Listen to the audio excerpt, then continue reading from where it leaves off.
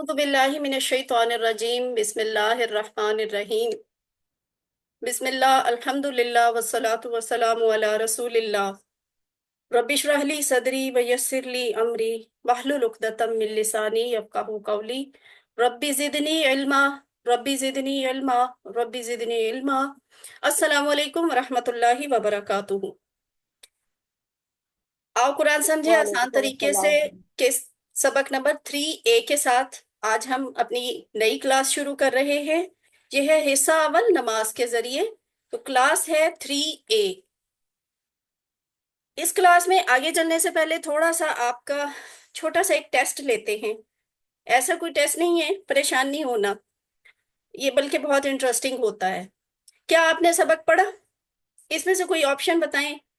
जो पिछले सबक आपको हमने 2 या 3 सबक पढ़ा दिए, तो खुद ही, बेशक मुझे जवाब ना दें, लेकिन खुद को जवाब दे दें कि आपका जवाब क्या होगा इन चारों ऑप्शंस में से।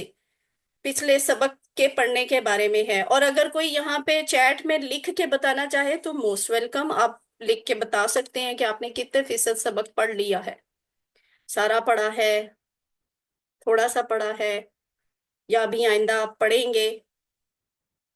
तो ये भी जवाब हो सकता है। आप दें, ये वाला जवाब भी दें, अपने आप को दें। माशाल्लाह जी। सिस्टर हिना ने 100% पढ़ा है, हिरा कैसर ने 50% पढ़ा है। तो अगर किसी ने नहीं पढ़ा तो ऑप्शन डी सिलेक्ट करें और दिल में तहैया करें कि इंशाल्लाह मैं पढ़ लूंगा। माशाल्लाह, गुड आंसर्स, अच्छी बात है। ठीक है, थोड़ा थोड़ा लेकिन मुसलसल जारी रखें। अगली चीज क्या है? ये पिछले सबक जो हमने पढ़ लिए ना, उनमें से कुछ मैं आपको क्विज आपसे डिस्कस करूंगी। ये नहीं कि मैं आपसे पूछ रही हूँ, हम डिस्कस करते हैं मिलके। अगर इनका जवाब कोई माइक ऑन करके देना चाहे तो माइक ऑन करके दे दे, कोई चैट बॉक्स में लिखना चाहता है तो चैट बॉक्स में भी दे दे। सवाल क्या है? इस कोर्स में हम ग्रामर सीखेंगे सिर्फ टीपीआई के जरिए, टीपीआई और अरबी बोलचाल के जरिए, या फिर सिर्फ अरबी बोलचाल के जरिए, या फिर इनमें से कोई नहीं। निदा, बिलाल, इमरान, इफ्तिखार, अरीहा, सफिया, ठीक है। ज्यादातर लोग बी ऑप्शन का कह रहे हैं और इसकी बी ऑप्शन ही ठीक है। ठीक है। अगला है तर्जुमा कीजिए अल्हम्दु। साथ में ब्रैकेट में छोटा सा लिखा भी हुआ है कि एक से ज्यादा जवाब दिए जा सकते हैं। तो ए ऑप्शन ठीक है, बी है, सी है, डी है, क्या है?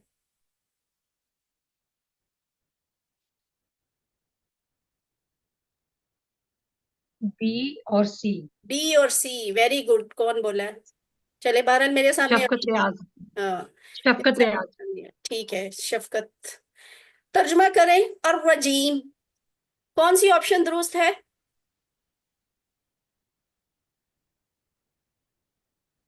और रजीम, सी सी। ऑप्शन जी। धुतकारा हुआ। ठीक है। सी। जिन्होंने धुतकारा बी हुआ। ऑप्शन लिखी ना, वो असल में इस तरह से तो ठीक है कि बात तो शैतान की ही हो रही है, लेकिन अर रजीम का तर्जुमा धुतकार। पूछा जा रहा है, मतलब पूछा जा रहा है। तो उसके लिए सी ऑप्शन ही ठीक जवाब है, धुतकारा हुआ।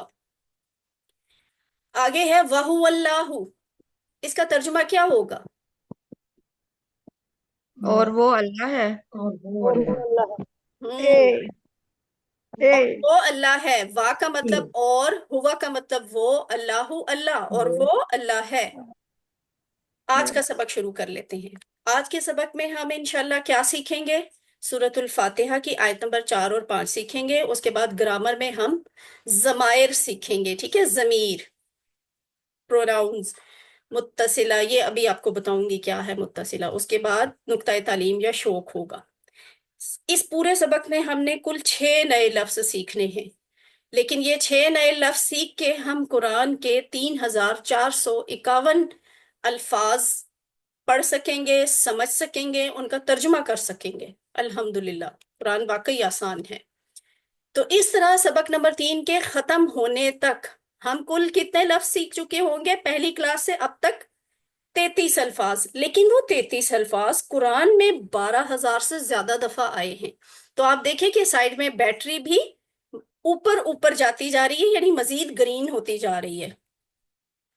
ये बात हमने कल भी बताई थी कि तावुज़ और सूरत फातिहा के अल्फाज कुरान में 9,000 दफा आए हैं।